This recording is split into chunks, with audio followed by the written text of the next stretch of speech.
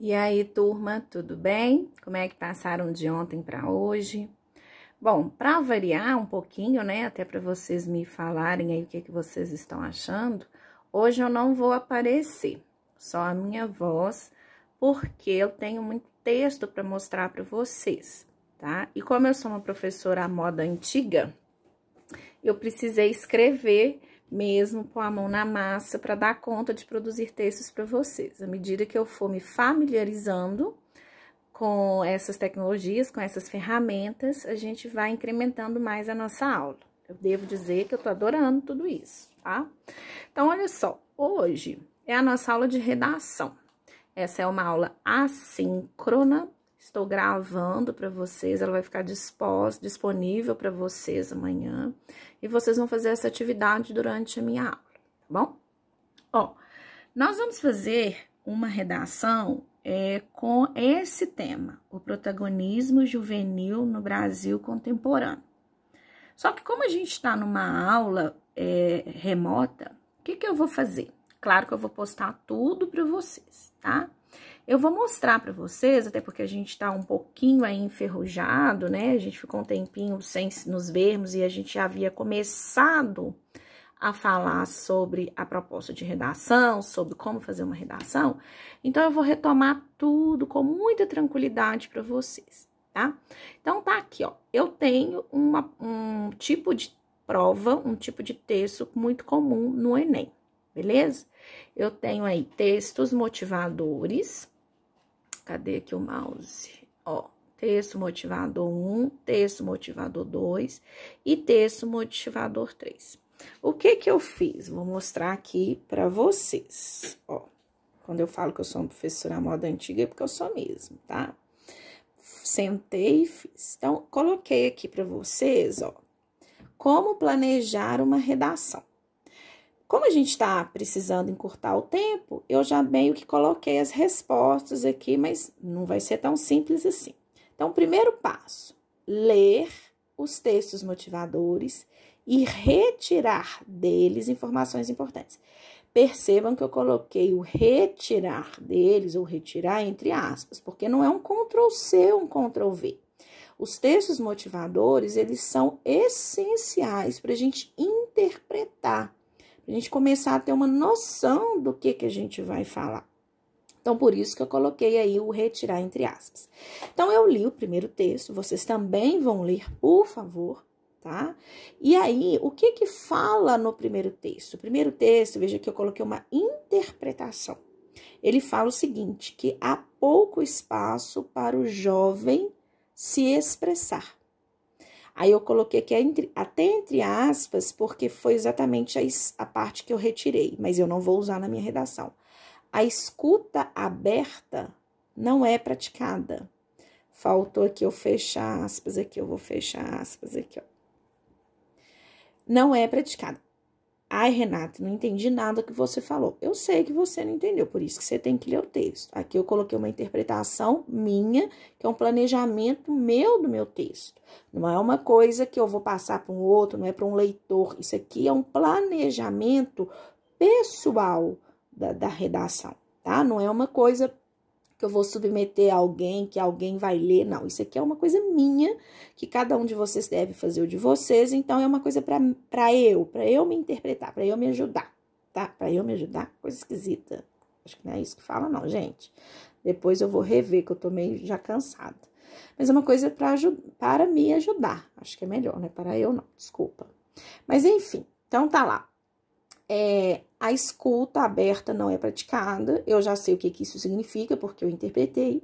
E tem lá, quando a juventude apresenta sua voz, ela fala o que ela quer, ela obtém resultado. Então, o primeiro texto, eu interpretei e vi que ele é um texto positivo, falando o seguinte, que se vocês fizerem a parte de vocês, não estou me colocando mais como jovem, né, porque estatisticamente eu não sou mais. Então, quando vocês, jovens, fazem a parte de vocês, vocês obtêm resultado. É isso que tá falando o texto 1. Já o texto 2, eu botei um coraçãozinho aqui nele, porque tem uma informação... Opa, tá sem foco, né? É isso. Tem uma informação importante. Nele, há dados estatísticos. E aí, quando eu tenho dados estatísticos em um texto motivador, significa que eu posso interpretar esses dados, que eu posso fazer uso deles a meu favor. Então, a fonte, lá o texto fala o seguinte, que 69% dos jovens não têm uma preferência por partido político. É isso que está falando. Só que eu não vou colocar exatamente assim na minha prova, 69% dos jovens não têm uma preferência por partido político. Eu vou fazer uma interpretação. Olha lá a interpretação que eu vou colocar. O que eu vou dizer? Apenas 31% desses jovens apresentam uma preferência partidária. Tá vendo? Então, quando eu opto por colocar aqui, ó, apenas, eu já estou apresentando a minha informação. Eu já estou colocando a minha voz, beleza? Então, tá lá, apenas 31%. O terceiro texto motivador, eu li e ele traz outras informações interessantes para mim, que eu também posso utilizar na minha redação.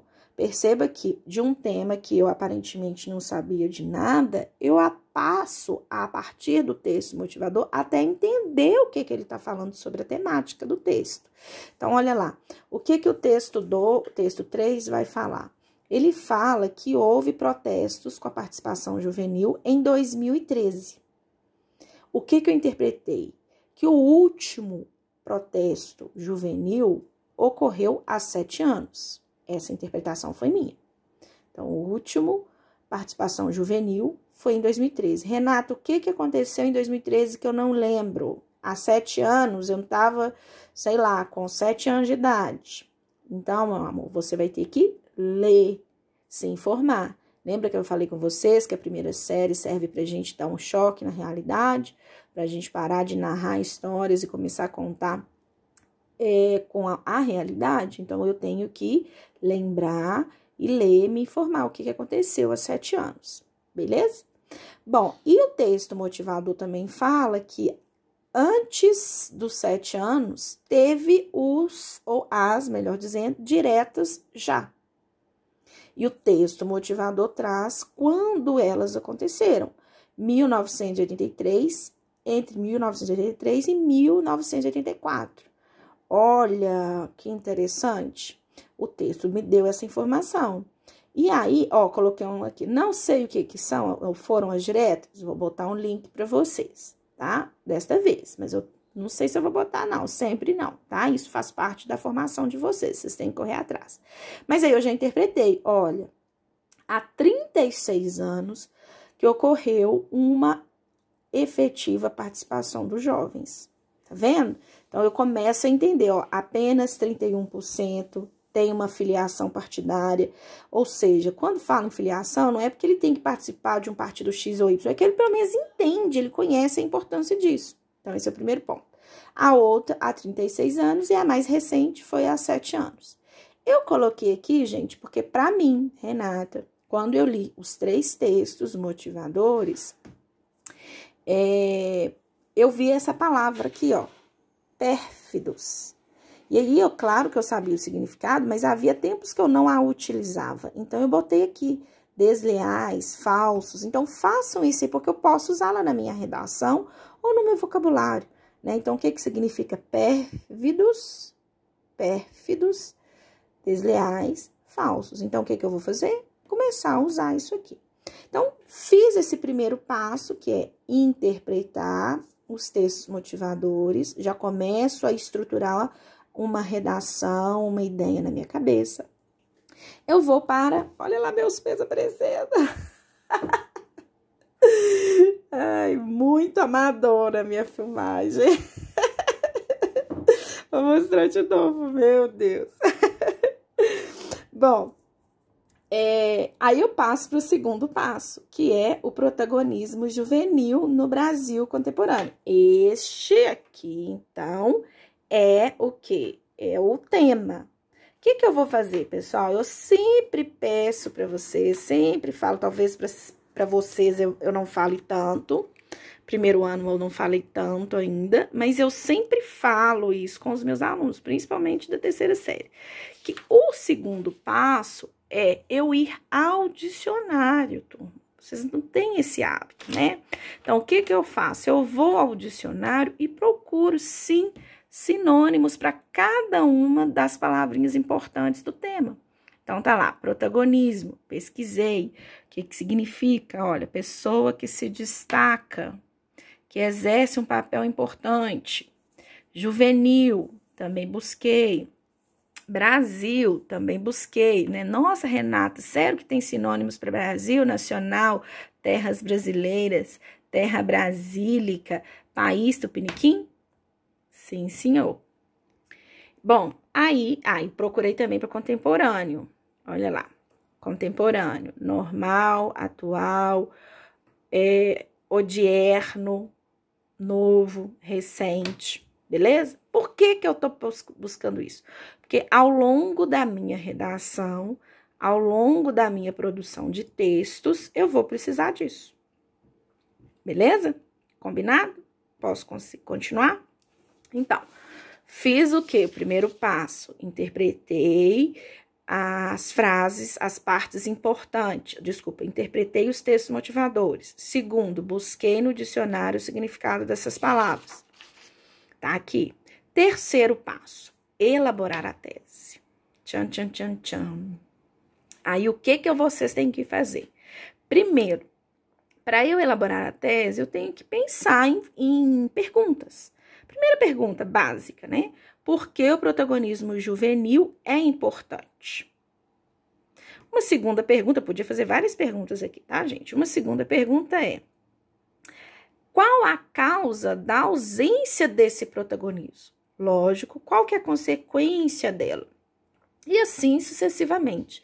Como eu li o texto, me preparei, etc., eu consigo elaborar uma tese com mais tranquilidade. Então, eu venho para cá e olha o que eu comecei a fazer, primeira série. Só para vocês terem uma ideia, são 10h43 da noite. Eu tô cansada, já montei várias aulas, depois vocês vão lá no meu canal, que agora eu sou muito chique, tem um canal no YouTube, apesar de não ter nenhum inscrito, mas também não preciso ter inscrito não, quero que vocês apenas vejam meus textos. Eu comecei a fazer uma redação, comecei a fazer uma introdução. Então, esta daqui é a minha introdução. Então, olha lá, para discorrer sobre, olha o tema, a importância do protagonismo juvenil brasileiro, para eu não falar de Brasil, juvenil, Brasil, fica chato, né? Então, eu coloquei para discorrer sobre a importância do protagonismo juvenil brasileiro, é preciso resgatar 2 fatos, ou na hora eu vou escolher, não pode fazer isso, tá, gente? É porque eu fiz agora, ó, vocês vão ver que tá até desmanchado aqui algumas coisinhas, então vocês não vão usar as 2 palavras, não uma ou outra, então eu coloquei. Mas enfim, vou ler. É preciso resgatar 2 fatos históricos, nos quais os jovens brasílicos, para não falar brasileiros de novo, foram essenciais. Olha, esses 2 dados foram dados a mim pelo texto motivador. Mas eu não copiei e colei, eu fiz uma interpretação deles. Então, ó, acontecimentos históricos nos quais os jovens brasílicos foram essenciais. Os protestos em 2013 e as diretas já na década de 80. Ponto. Então, aqui eu tenho a minha primeira frase. Então, na minha primeira frase, eu tenho o tema, e como eu fiz uma referência histórica, eu comparei. Para eu falar dessa importância, o que eu tenho? Protestos, para falar dessa importância do protagonismo, eu coloquei 2 exemplos em que esses jovens protagonistas foram importantes. Feito isso, olha que legal o que apareceu aqui. Feito isso e não isto, né? Feito isso, isso o quê?